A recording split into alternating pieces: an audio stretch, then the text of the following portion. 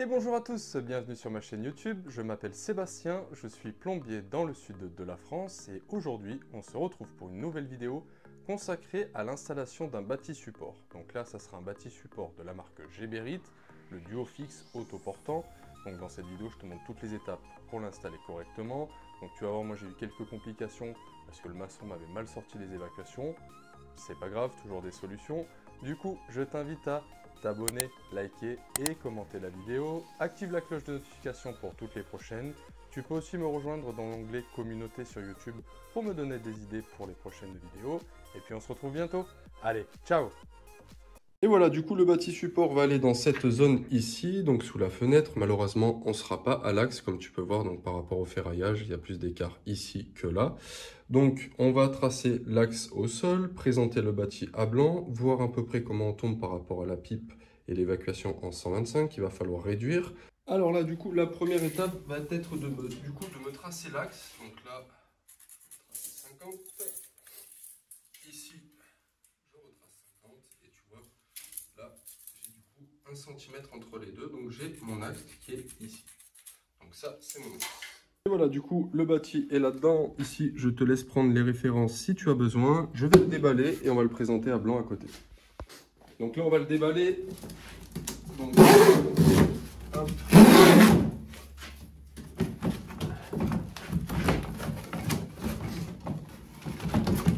Donc dans le carton, tu as forcément les pipes de raccordement, d'évacuation et la pipe d'eau.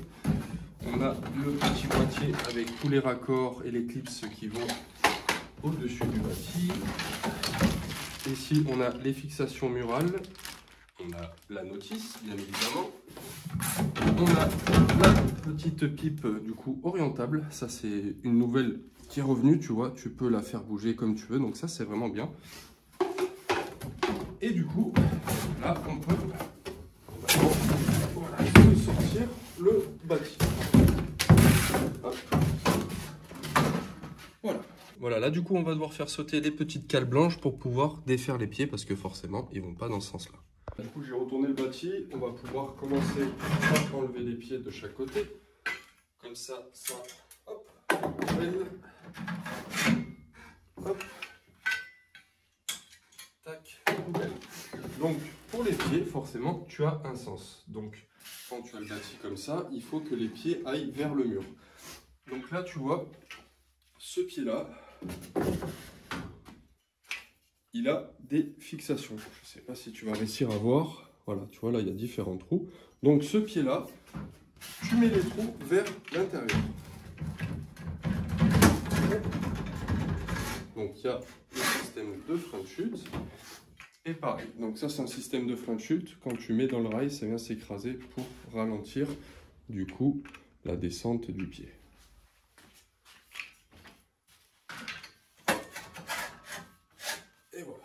Du coup, on va se présenter l'éclipse de la pipe WC. Donc forcément, il y a un sens.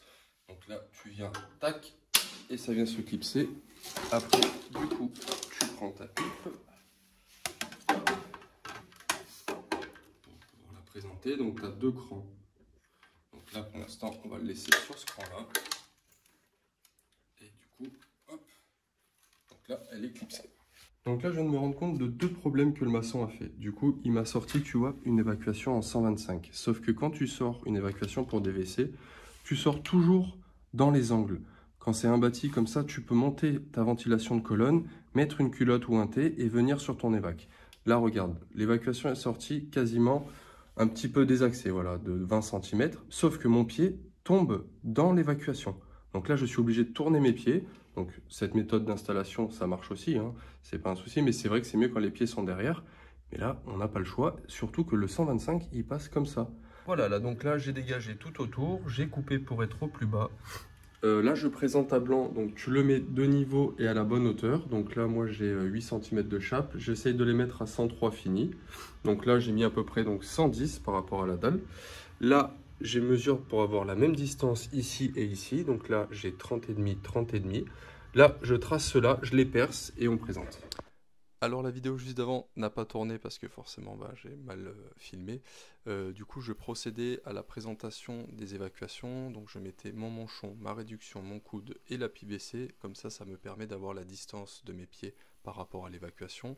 Donc là je procède au percement, c'est diamètre 8. Donc je vais mettre des tire-fonds. Pense bien quand tu perces à aspirer toutes les poussières. Comme ça a une meilleure accroche pour les tire-fonds. Donc là je procède aux 3 trous de chaque pied. Et comme ça au moins après je peux le serrer correctement au sol et passer à l'étape du raccordement de l'évacuation.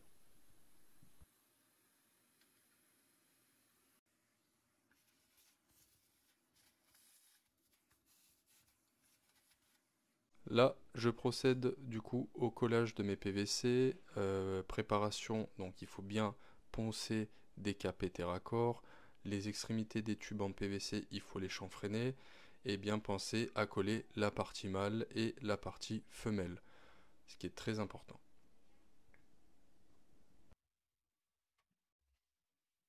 Allez, du coup, ça c'est bon. L'évacuation est en place. On va pouvoir passer aux fixations du haut. Donc là, je vais préparer les fixations.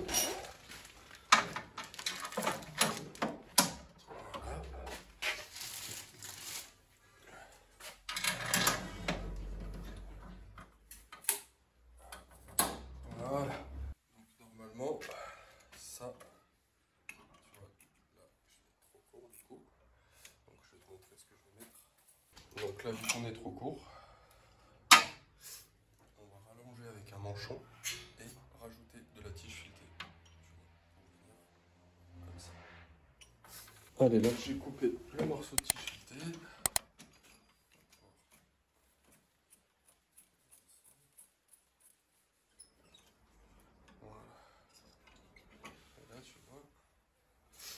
Ça, c'est mon petit cache si jamais je viens mettre mon niveau ici. Hop, donc là je les ai bloqués avec mes deux pinces. Et du coup,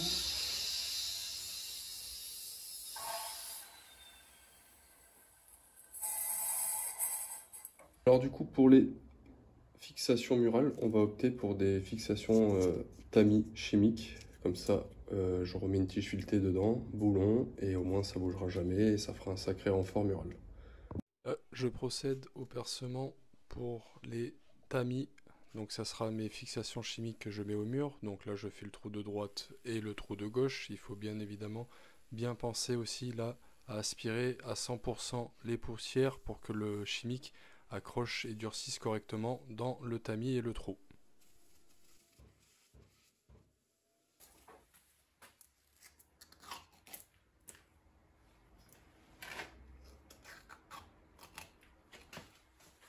Donc là, on va mesurer pour se couper du coup la tige filetée. Donc ici, ça sera parfait.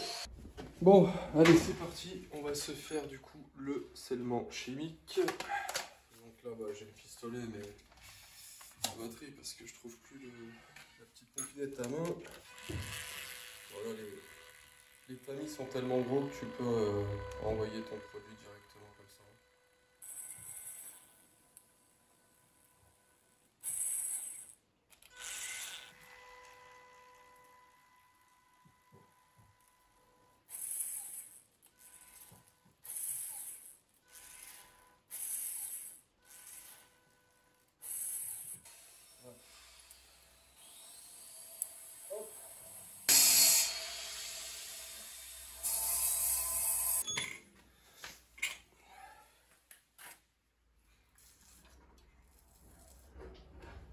Et voilà, du coup, une fois que c'est bien sec, du coup, j'ai rajouté une rondelle, mon écrou, tu serres à fond, chaque côté, tu règles ton niveau si tu as besoin d'ici à ici pour à ce niveau-là.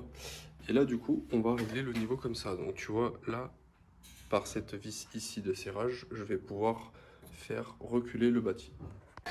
Allez, c'est parti.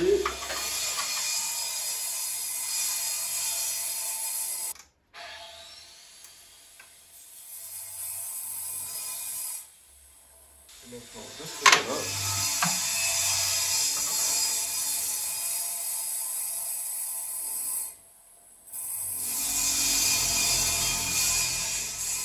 Voilà.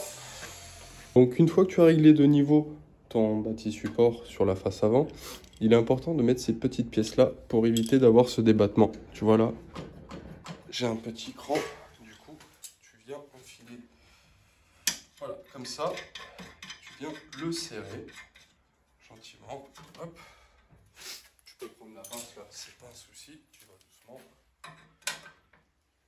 c'est juste histoire, ça vient bien bloquer ton bâti, tu vois là il n'y aura plus le jeu. Là, on va le mettre là aussi, sinon ça va foirer le petit filetage qu'il y a dessus. Hop.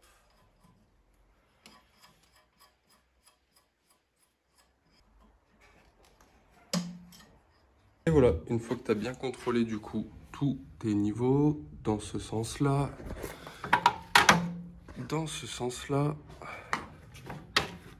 hop, ici aussi. Donc là, on est bon. Maintenant, on va pouvoir se raccorder du coup l'alimentation d'eau froide. Allez, du coup, une fois que tu as monté ton coude sur ton raccord, tu vas gentiment pouvoir l'enfiler ici, défaire cette plaque. Attention de ne pas la jeter parce que elle est utile. Et là, du coup, ton coude, la petite balle noire. Et voilà, du coup, une fois que tu l'as coupé à la bonne dimension, tu viens l'évaser, enfin les bahurer comme tu veux. Voilà. Alors du coup, une fois que c'est évasé, on va pouvoir mettre le raccord dedans. Hop, donc tu vois là, il y a bien le témoin jusqu'au bout et on va pouvoir sortir. Donc là, je m'assure bien que je suis au fond et je peux envoyer. Voilà. Donc là, mon témoin blanc est bien jusqu'au bout et je peux du coup le mettre dans le bâti. Et voilà, là du coup, une fois que tu as remis ton raccord à l'intérieur de ton bâti, tu viens mettre cette petite plaque noire ici. Tu viens serrer au maximum. Après, tu vas pouvoir brancher ton flexible. Donc là, rien de bien compliqué. Tac, tu viens serrer ton petit flexible ici. Surtout pas à la pince parce que c'est un joint torique. Surtout très important, pense bien remettre cette petite plaque avant de mettre la grosse plaque qui a découpé que je vais installer maintenant.